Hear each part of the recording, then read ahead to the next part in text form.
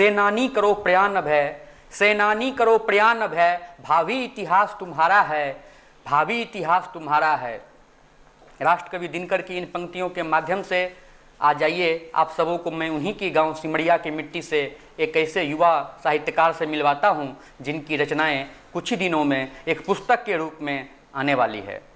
वो और कोई नहीं, आज के खास कार्यक्रम कहता बेगूसराय बढ़ता बेगूसराय के हमारे अतिथि मनीष कुमार जी हैं। दिनकर जी की मिट्टी में जन्म लेने के बाद हर एक युवा साहित्यकार के मन में होता है कि मैं क्या करूं और कुछ ऐसा क्या करूं जिससे कि मुझे लगे कि मैं दिनकर का हूं और दिनकर की मिट्टी का हूं, दिनकर का ही हूं। तो इन्होंने एक बहुत ही अच्छा प्रयास किया है और आज हमारे इस कार्यक्रम में आप आए हैं। मनीष जी, केवी स्टूडियो के खास पेशकश कहता बेगूसराय बढ़ता बेगूसराय में आपका हार्दिक अभिनंदन है, हार्दिक स्वागत है। बहुत बहुत आभार सत्यजीत जी आपको और केवी स्टूडियो की पूरी टीम को जिसने मुझे आमंत्रित किया है यहाँ पर। कहा गया है कि अगर युवा चाहे तो वो क्या नहीं कर सकता है। दिनकर जी ने खुद लिखा है कि पत्थर सी हो मांसपेशियां लोहे से भुजदंड है, पत्थर सी हो मांसपेशियां लोहे से भुजदंड है, रग रग में हो लहर आग सी तभी जवानी पाती जय। दिनकर जी के स्मृति में इस पूरे देश ही नहीं वरन विश्व में अनेक संस्थाएं काम कर रही हैं। वैसे ही एक संस्था जो कि सिमरिया गांव से जुड़ा हुआ है, उस गांव के उस संस्था के यह सचिव हैं।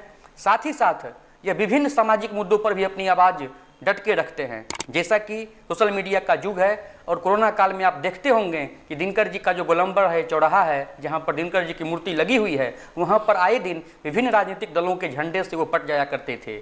और जब चुनाव का समय हो तो ऐसा होता ही है और होना भी चाहिए कि दिनकर जी को सभी नमन करें, लेकिन दिनकर जी को एक राजनीतिक व्यक्तित्व में तोड़ने का प्रयास और उनको जोड़ने का प्रयास करते हैं। यही वह व्यक्ति हैं जिन्होंने एक अभियान चलाया है कि अगर कोई राजनीतिक दल झंडा लगाते हैं तो उस झंडा को तुरंत हटाने का वहाँ पर काम करते हैं। मैं इनकी एक और ख़ास बात का चर्चा करूँगा, चूँकि इनकी कहानी इनकी जुबानी है, लेकिन युवा साहित्यकार तो बहुत सारे आते हैं जो दो चार पंक्तियाँ लिखते हैं, गुनगुनाते हैं और दिनकर जी को याद करते हैं। लेकिन इन्होंने अपनी जो इनके अंदर की भावनाएं फूटी उसको प्रेम के नाम से इन्होंने एक किताब का रूप दिया है और जल्द ही वो किताब यहाँ पर प्रकाशित होगी।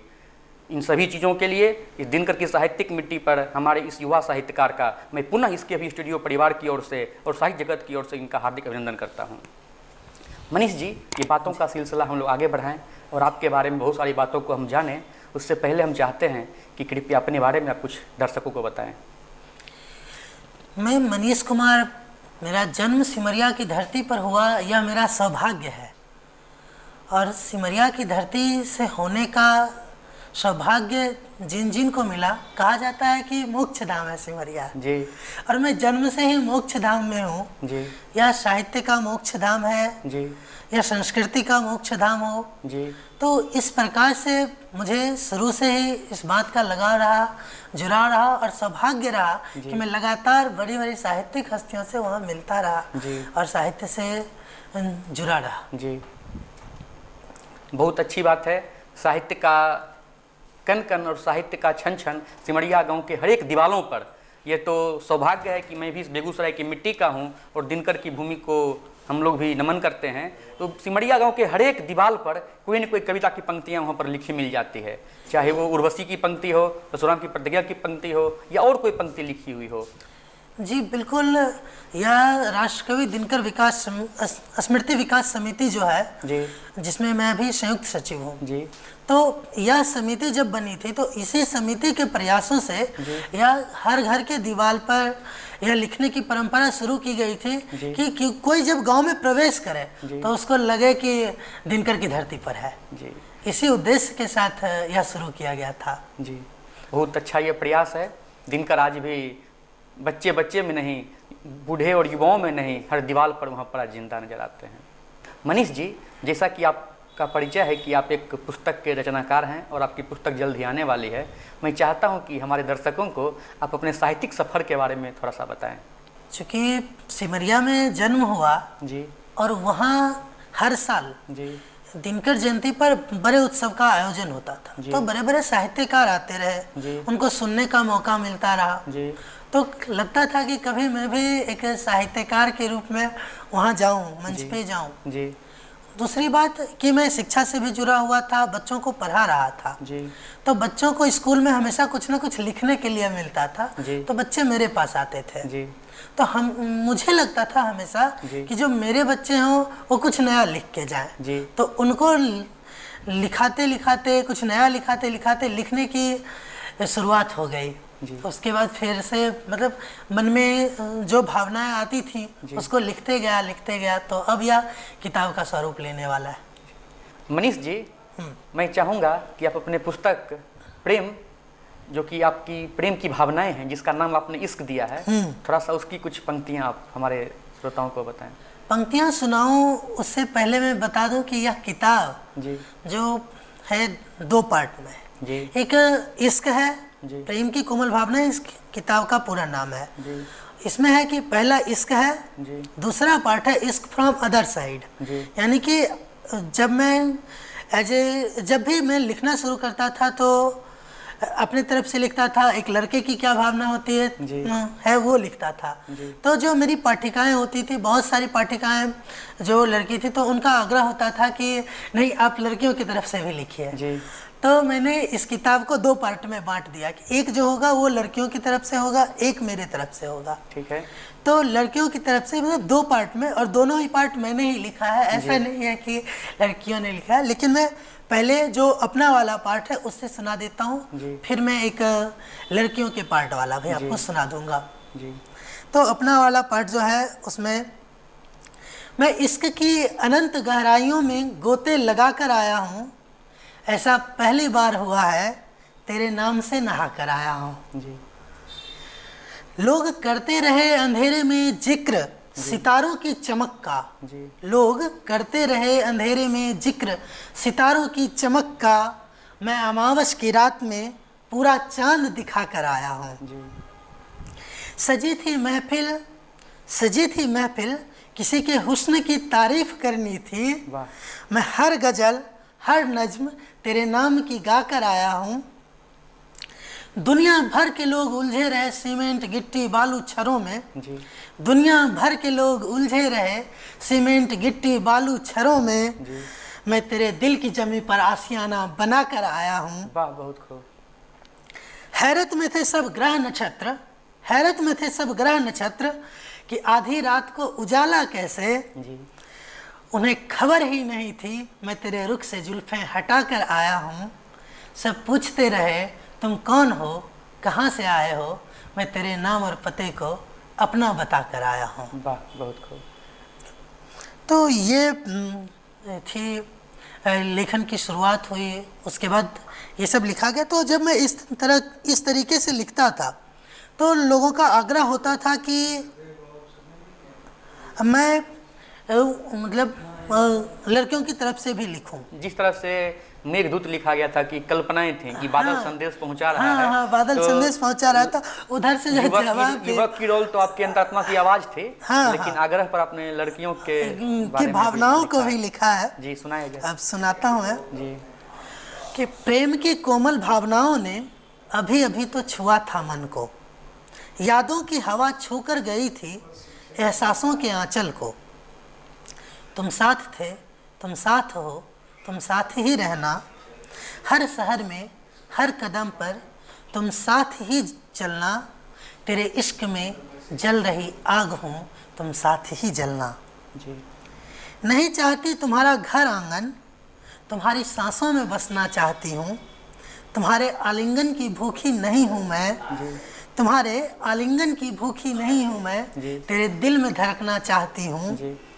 तुम रोज गुजरो मेरी गलियों से, तुम रोज गुजरो मेरी गलियों से, मैं खिड़कियों से झांकना चाहती हूँ। तुम रुकना चाय की दुकान पर, मैं तुम्हें एकटक ताकना चाहती हूँ। तुम भीड़ में मेरे चेहरे तलाशो, मैं तन्हाइयों में तुम्हारा नाम लूं। तुम भीड़ में मेरे चेहरे तलाशो, मैं तन्हाइयों में तुम्हारा नाम लूं। तू कहे तो धड़कने रोक दूं, तू कहे तो सांस लूं।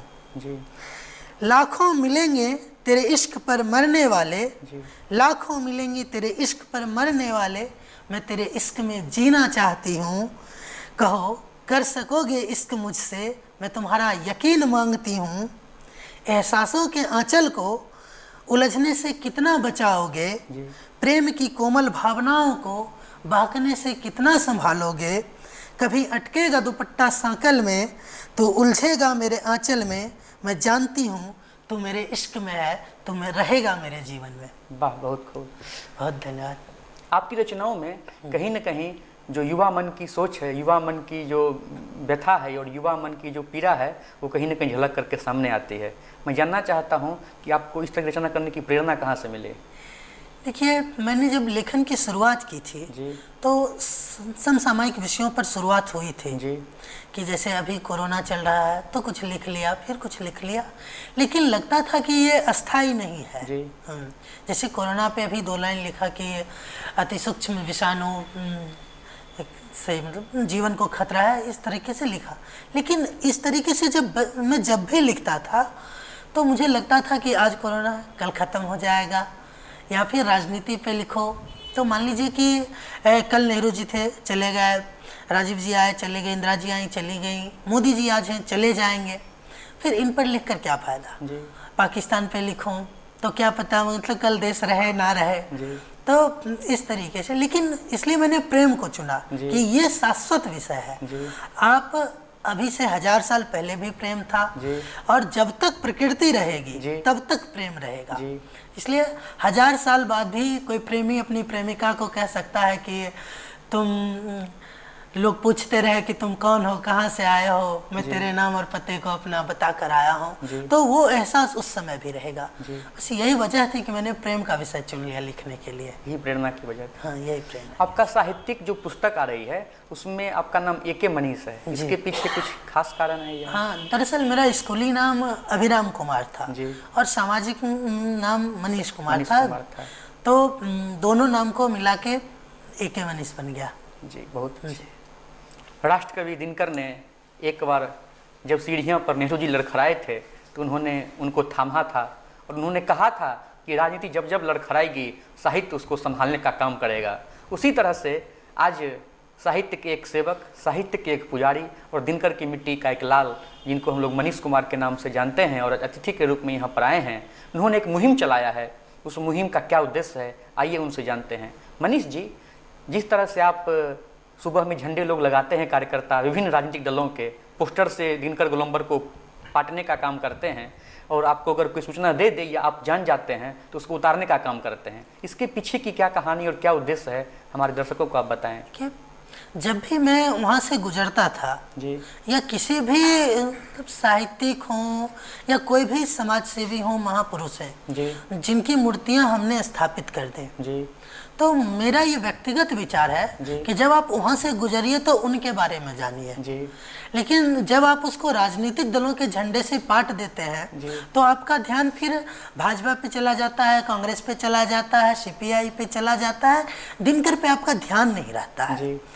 तो वो झंडे वहाँ नहीं लगना चाहिए। आप राजनीति में हैं, दिनकर को पूज्य मानते हैं, बेशक आइए, नमन कीजिए, चलते रहिए। आप झंडे बैनर लगाकर क्या साबित करना चाहते हैं? वहाँ पूरा शहर बचा हुआ है, आपको जहाँ मन लगा लीजिए, लेकिन हमारी सांस्कृतिक धरोहरों के साथ राजनीतिक छेड़छाड़ मत कीजिए। यही उद्देश्य है। तो इसमें आपको किस हद तक सफलता मिलती दिख रही है? देखिए, अभी तो हमने शुरुआत की है, लेकिन जिस तरीके से लोगों ने सपोर्ट किया कि नहीं ये बहुत अच्छा काम है, और मैं अभी अकेले चला हूँ, लेकिन मेरा विश्वास है कि ये कारवां बनेगा और पूरे देश में इस तरीके का आंदोलन होगा कि किसी भी सांस्कृतिक धरोहर पे कोई भी राजनीतिक दल का झंडा बैनर नहीं लगेगा। जिनका स्मारक है, हम चाहते हैं कि उसकी 4 दीवारी पर उनके बारे में जानकारी हो, ताकि लोग वहाँ से गुजरें तो उसको पढ़ते हुए गुजरें, उस पर ध्यान देते हुए गुजरें, तो उससे उनकी जानकारी बढ़ेगी और उनके वहाँ होने का जो औचित्य है, जो प्रारब्ध है, वो भी सफल होगा। बहुत ही अच्छी बात आपने कही मनीष जी, और मैं आशा करता हूं कि आपका संदेश इस स्टूडियो के माध्यम से बेगूसराय ही नहीं वरन बिहार ही नहीं वरन भारत के जन जन तक जाएगा और आपके उस मुहिम से वो जुड़ेंगे। ऐसा देखा जाता है कि दिनकर को राष्ट्र कवि कहा जाता है, दिनकर जी को पद्म भूषण अवार्ड से सम्मानित किया जाता है, और हरिवंश राय बच्चन जी ने तो ये तक कहा था कि दिनकर को 4 विधाओं में यह पुरस्कार मिलना चाहिए। तो दिनकर किसी क्या सांस्कृतिक साहित्यिक या ऐसा क्या धरोहर है सिमरिया में जिसको देखने के लिए लोग बाहर से आकर के गौरवान्वित महसूस कर सकते हैं? देखिए, सिमरिया में मैं अब भी मानता हूँ कि जितना होना चाहिए उतना नहीं है जी। लेकिन है जी। अभी भी दिनकर पुस्तकालय सिमरिया में है और वहाँ अभी 15,000 से अधिक किताबें हैं जी।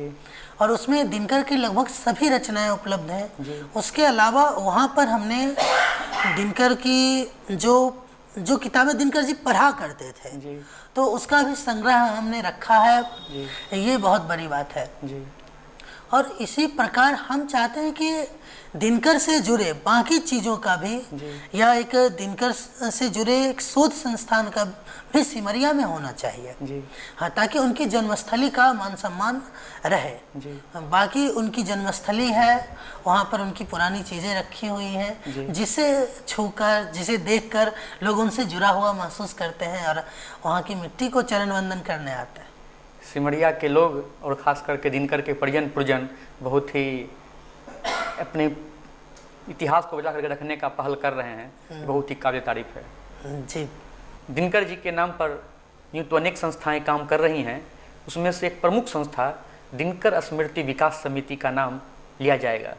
मनीष जी उस संस्था के संयुक्त सचिव के रूप में काम करते हैं।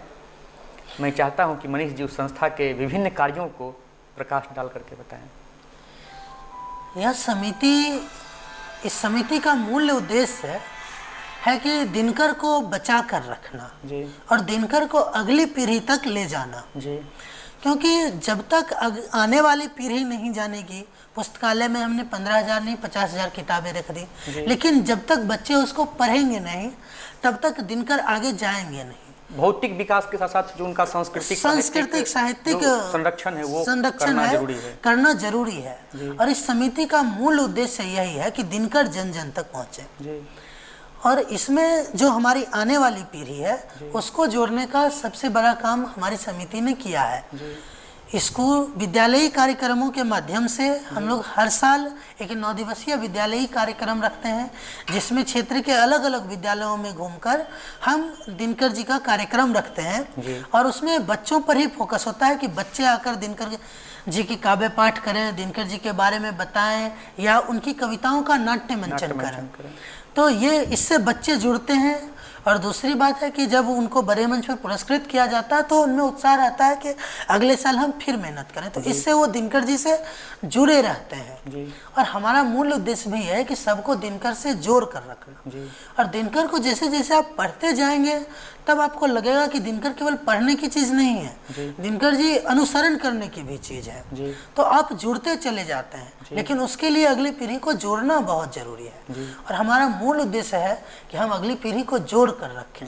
इसमें एक और बड़ी बात है कि हमने जिला स्तरीय दिनकर स्मृति जो परीक्षा होती है हमारे यहाँ प्रतिभा खोज परीक्षा होती है, तो उस परीक्षा के माध्यम से भी बच्चों को जोड़ने का काम हम लोग करते हैं प्रतियोगिता परीक्षा के माध्यम से, ताकि अगली पीढ़ी जुड़ी रहे।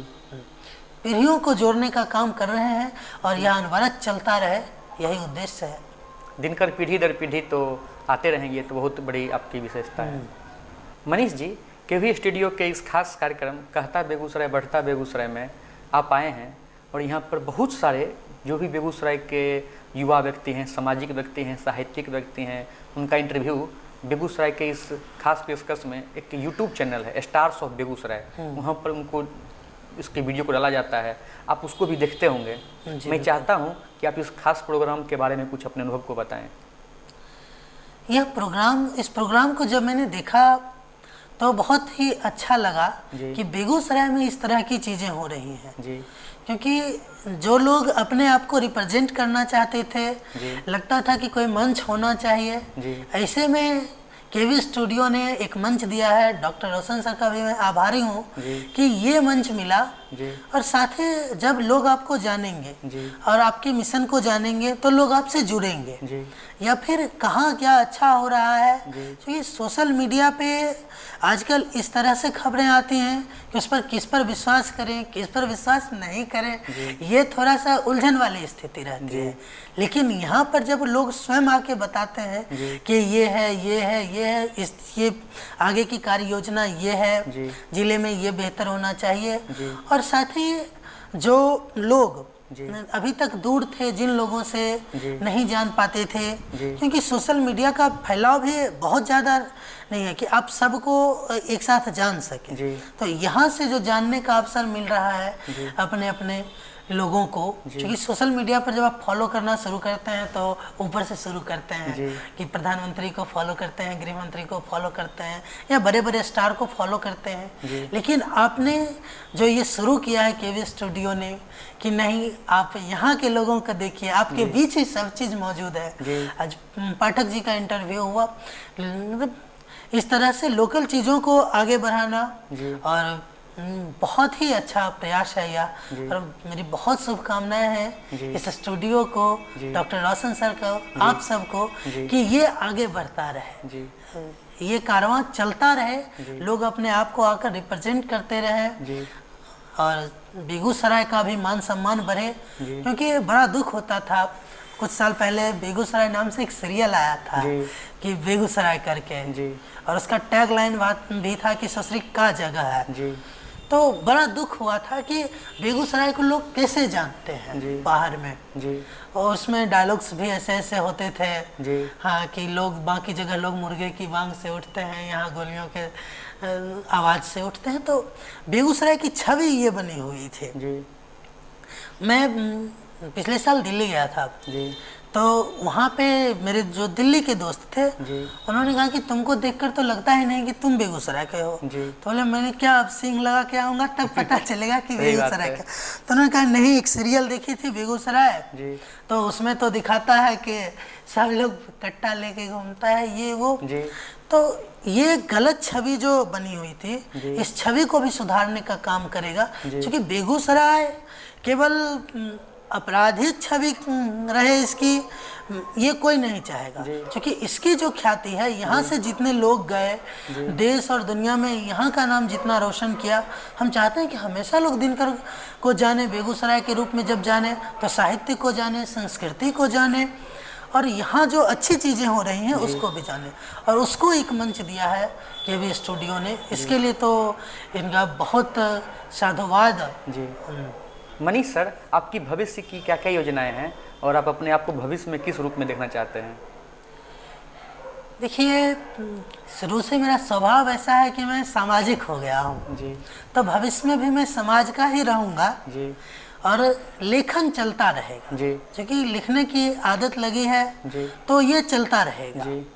आगे योजनाएं हैं और मैं समसामयिक मुद्दों को भी इस तरीके से लिखने का प्रयास करूँगा ताकि लोग उससे जुड़े और लोगों को लगे कि ये अपना है। क्योंकि मैं जब प्रेम पे ही लिखता हूँ तो कई बार बड़े बुजुर्ग कहते हैं समाज के कि हमेशा यही लिखोगे तो बाकी मुद्दों को कौन लिखेगा। लेकिन मैं अपने लेखों में प्रेम के अलावा भी जो सामाजिक मुद्दे होते हैं मैं लगातार लिखता रहता हूँ सोशल मीडिया पर, फेसबुक पर, क्योंकि हमारे आसपास की जो समस्याएं होती हैं उनको आप नहीं उठाएंगे तो कौन उठाएगा। तो लोग राजनीति से जोड़कर भी देखते हैं, लेकिन मुझे लगता है कि शिक्षित लोगों का राजनीति में भी आना बहुत ज़रूरी है ताकि जो इसका जो मान मर्दन हुआ है वो भी बचा रहे और सही चीज़ें हो सके। तो लेखन और समाज साथ साथ चलता रहेगा। कहा गया है साहित्य यानी जिसमें सभी का हित हो वही साहित्य है। और आज हमारे साथ एक युवा साहित्यकार मनीष जी यहाँ पर उपस्थित हैं। यह दिनकर की मिट्टी के एक संतान हैं और यह अपनी भावनाओं के माध्यम से आज हमारे साथ, आपके साथ जुड़े। इनके इंटरव्यू को आप डॉक्टर रोशन सर के फेसबुक पेज पर देख रहे हैं या स्टार्स ऑफ बेगूसराय के यूट्यूब पेज पर देख रहे हैं। अगर आपको अच्छा लगा तो इसको लाइक करें, इसको कमेंट करें और अधिक से अधिक इसका प्रसार हो, इसके लिए आप इसको शेयर भी कर सकते हैं। मनीष जी केवी स्टूडियो में आप आए, इसके लिए आपका बहुत बहुत धन्यवाद। बहुत बहुत आभार केवी स्टूडियो को, आपको, डॉक्टर रोशन सर को, पूरी टीम को कि मुझे ये अवसर मिला और बेगूसराय के और युवाओं को भी अवसर मिला कि बेगूसराय की सच्ची तस्वीर आप दिखा रहे हैं। बहुत धन्यवाद। बेगूसराय के प्रतिभाशाली, लोकप्रिय, समाजसेवी, खेल प्रेमी, कला तथा प्रत्येक क्षेत्र के सफल व्यक्ति का साक्षात्कार देखने के लिए आप जुड़े हमारे फेसबुक ग्रुप कहता बेगूसराय बढ़ता बेगूसराय। लाइक, कमेंट और शेयर जरूर करें। धन्यवाद। जाते जाते अभी चर्चा हो रही थी कि मैं सामाजिक मुद्दों पर भी लिखूंगा और समाज की ज्वलंत समस्याओं को एक कविता के माध्यम से उठाया है मैंने, और जाते जाते आप सबको मैं वो सुनाना चाहूँगा। जरूर। कविता का शीर्षक है डर। घर से निकलते ही माँ का यह कहना कि दुपट्टा जरा ठीक से रखना खल जाता है बेटियों को, इसलिए नहीं कि माँ हिदायतें देती हैं, इसलिए कि माँ की आंखें बेचैन होती हैं। चौखट की दहलीज लांघने से पहले पिता का टोक देना, बेटा जरा जल्दी लौट आना, एक अजीब डर से मेरा सहम जाना। कॉलेज में साथ बैठी सहेली का यह कहना कि दिख रहे हैं स्ट्रिप्स, मेरा हड़बड़ा कर उसे ठीक करना या आहिस्ते उस पर दुपट्टा चढ़ा लेना।